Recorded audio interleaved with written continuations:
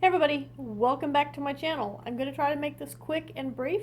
As you notice, I am not in the craft room. It is way too cold in the craft room to even sit in there because we had a little bit of snow last night and today. Most of it is melted off except for on the awnings and vehicles that haven't been moved and some grassy areas.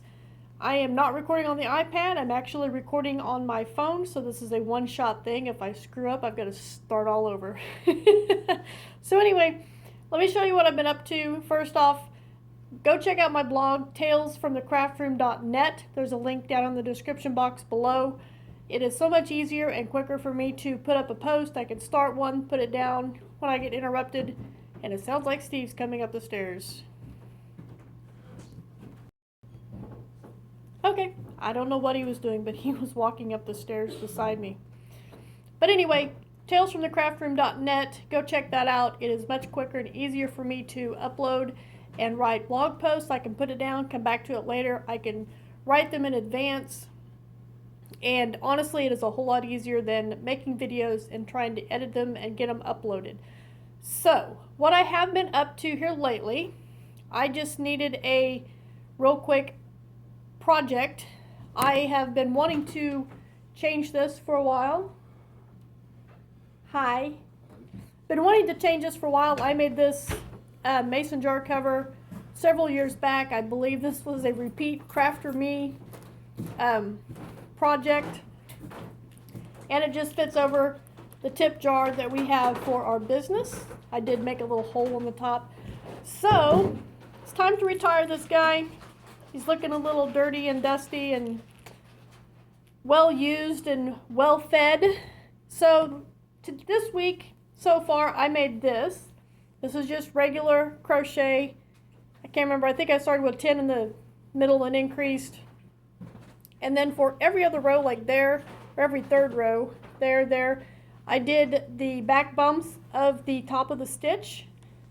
And then this section right here is front post double crochet, regular double crochet, and then the next row I did just the opposite, and then just the opposite in the third row.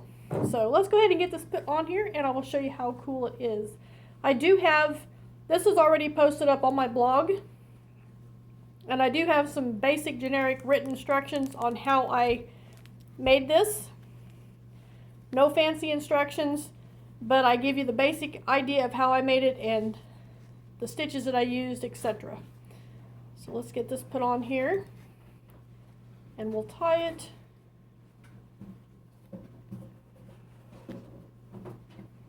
And there you have it. A new tip jar cover. And this is very versatile. You can make this to fit any size mason jar, just depending on how big you make your bottom and how tall you want to make it. I mean the bottom, of course, for how big around the jar is. So that's what I got. And this is using the Red Heart Hello Gorgeous Peacock. Some scrap leftovers that I had. The next thing that I have to show you is my knit hat that I'm doing with the yarn that my sister gave me, which is this yarn right here. I think I've got this pattern figured out now. I've made it quite a ways. This is what it looks like so far. I'm really liking this. It kind of reminds me of the Rainbow Bright dolls. The way the coloring is on it and everything. I don't know if you guys can see that real well or not. Hopefully you can. Like I said, I'm not using the normal mobile device to record this. And also, I'm going to point out, well, I'm not going to point out, that'll be a whole nother video. But there's that. That's what I've worked on this week, and I've actually done quite a bit because last time you guys saw this, I had just started doing my stockinette from the ribbing. I did an inch of ribbing, so I've made it quite a ways on that. So I worked on that a little bit. The next project that I have worked on is my Tunisian hat. Made some last minute idea changes for that. It's the one that I said looked like an looked like a cupcake. I've changed my mind on that. I got tired of the Tunisian crochet. I was getting burnt out on doing the Tunisian. So I grabbed my knitting needles and I started to do regular knit with this. I'm doing one row of the pink and one row of the white, alternating it. I think it's kind of interesting. I don't know, we'll see how big it is and what happens once I get it down to the bottom. And it wasn't too hard to switch over. As you know, Tunisian crochet, you leave the loops on.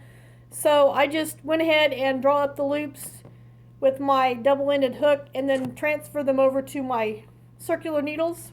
Piece of cake. And then the first row that I did, I started with the return color, which was the pink. So that's, yeah.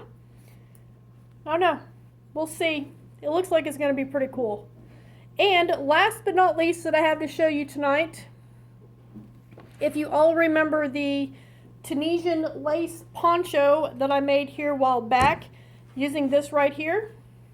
This is the Red Heart Super Saver favorite stripes, which you guys are leaning up against the skein of favorite stripes that I brought down. Well, I decided I wore the poncho a couple times, did not like it because even though I made the large size and everything, I have not made garments before very often, but it was kind of small on me and I just didn't care for it at all. So I decided that I was going to frog it. So I have frogged this. It is now one long piece again. I saved my yarn. I ripped out the crochet part where I frogged the crochet part where the drawstring was. I'm going to keep this. I don't know what I'll use it for, but I'll use this for something.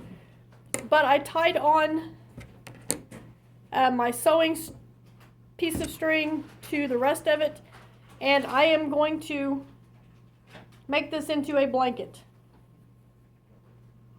Which, quite honestly, if you're familiar with the Annie's Crochet Catalog, this would have been, I don't know what year, but it was pre-1989. I'm pretty sure it might have been 1989. But they had a Fiesta Afghan in the magazine, and it literally pretty much looked exactly like this. It had dark blue strip, and then a couple other rows of rainbow colors, and then another dark blue strip. So, yeah, that's not my intent, but that's the way the yarn works out for this variegated color. That's what I have for you guys tonight. I've been trying to do things that I'm supposed to be doing, but I have not been doing things I'm supposed to be doing. So that's why things are a little busy right now, because I'm needing to do things that I'm not doing. Steve's looking at me funny. Like I said earlier, check out my blog, talesfromthecraftroom.net. I've been updating that pretty much every day because I don't have a chance to get on here and talk to you guys and visit with you guys. So thank you guys for joining me, and I'll see you either on the blog or next time in my craft room, hopefully, because hopefully it's going to be a little bit warmer in the next few days and weeks ahead.